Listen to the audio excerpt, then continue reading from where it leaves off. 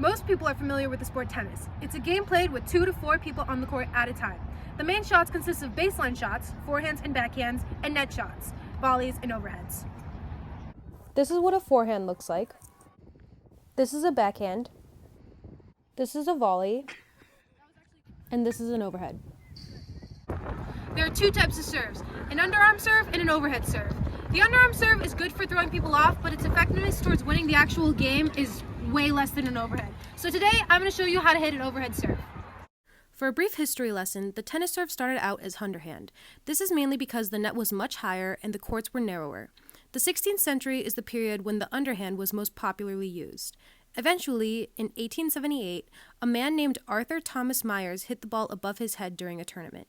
From there, it gained popularity and was used more often. Firstly, you'll need to designate your tools. You'll need a tennis ball and a tennis racket and a tennis court. Since the majority of my audience consists of young adults, I recommend a 27-inch racket for all of you. Make sure you hold your racket in your dominant hand. The grip for the serve is called the continental grip. In order to achieve this grip, you need to hold your racket so that it mimics hammering a nail.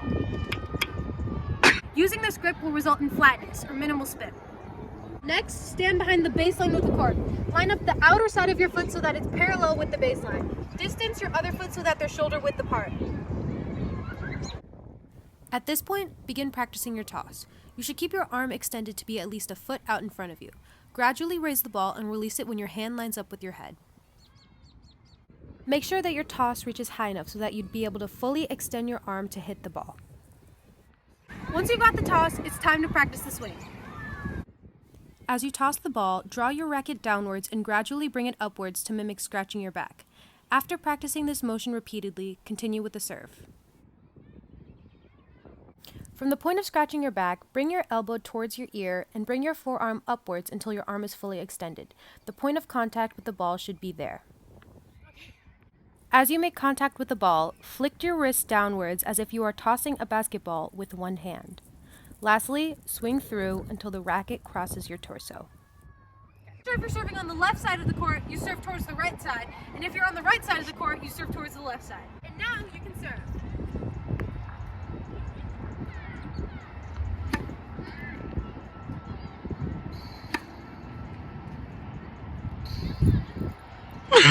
This skill can be used to impress a tennis player or to start a tennis game. You don't even have to know how to play.